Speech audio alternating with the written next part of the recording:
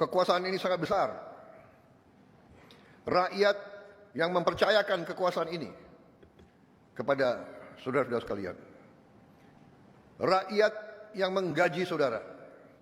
Rakyat yang melengkapi saudara dari ujung kaki sampai ujung kepala. Rakyat yang memberi makan kepada tentara dan polisi. Dan rakyat memberi kuasa kepada tentara dan polisi untuk Seperti yang kita lihat di cuplikan tadi, Pak Prabowo mengumpulkan kacang hijau dan Partai Coklat untuk dikasih pencerahan.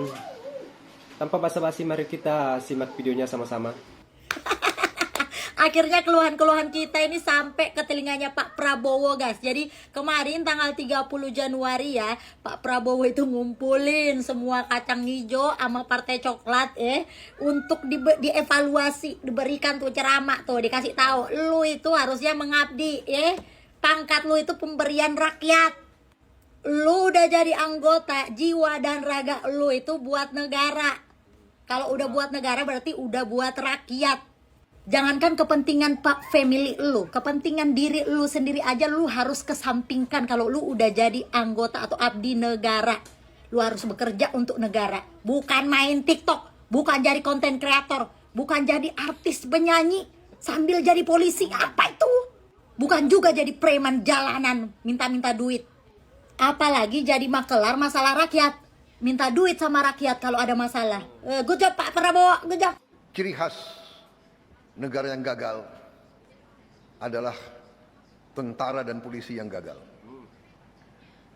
Tentara dan polisi adalah bagian dari suatu negara yang memiliki suatu kekuasaan khusus.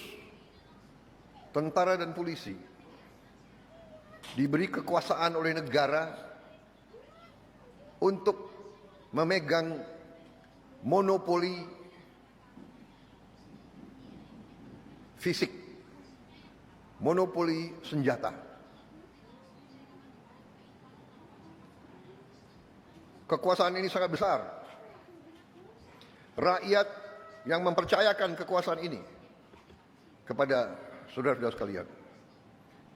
Rakyat yang menggaji saudara. Rakyat yang melengkapi saudara dari ujung kaki sampai ujung kepala. Rakyat yang memberi makan kepada tentara dan polisi. Dan rakyat memberi kuasa kepada tentara dan polisi untuk memegang monopoli senjata.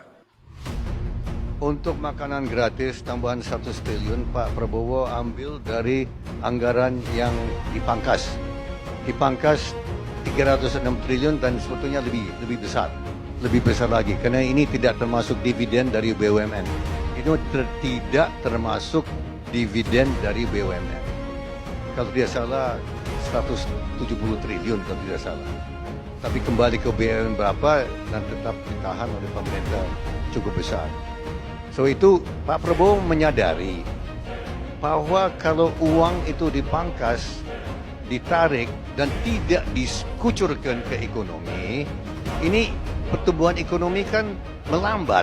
So walaupun uang itu diambil dari program-program, itu berarti akan dibelanjakan untuk program-program yang strategis. Ada program-program perjalanan dipangkas, perjalanan ke luar negeri dipangkas, saya dengar dipangkas 21-22 triliun rupiah untuk kunker-kunker ke luar negeri, studi banding ke luar negeri, dan banyak sekali yang saya dengar dari dia pangkas. Ada program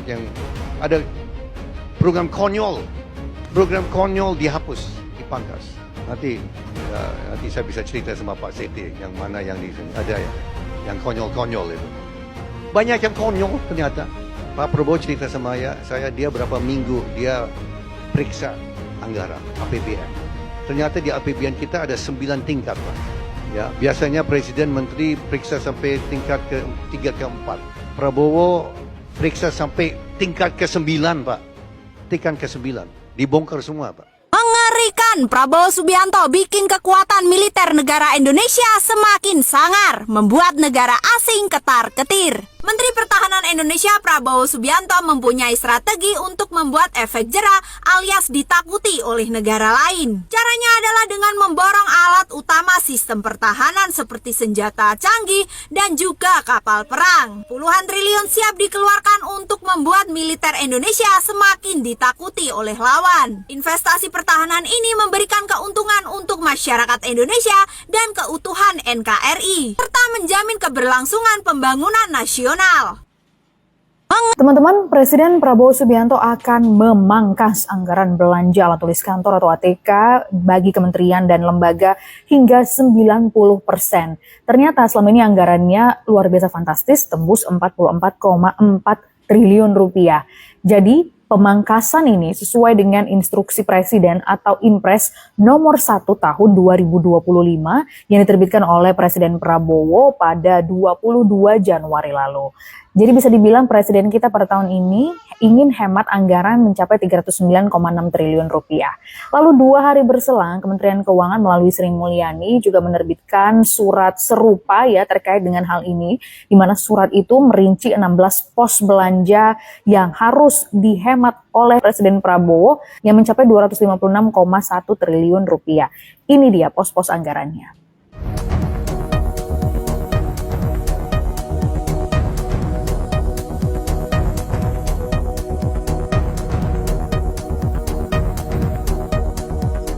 Pemotongan paling besar menyasar yang itu tadi yang saya sebutkan, ATK, alat tulis kantor. Sri Mulyani bahkan memberi tenggat waktu teman-teman terkait dengan pelaporan efisiensi kepadanya paling lambat pada tanggal 14 Februari 2025 setelah dibahas dan disetujui oleh DPR RI.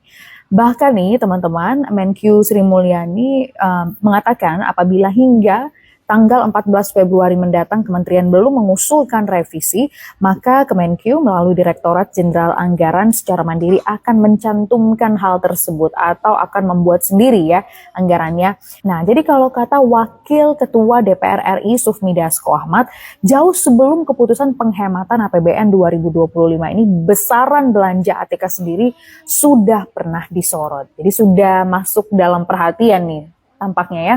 Ia juga menambahkan begini, banyak juga yang tidak happy kalau nanti misalnya Pak Prabowo agak keras dalam pendampingan di kementerian atau lembaga dalam mengarahkan aparat penegak hukum, Komisi Pemberantasan Korupsi atau KPK maupun Kejaksaan dalam rangka mengawal proyek-proyek yang bersifat besar.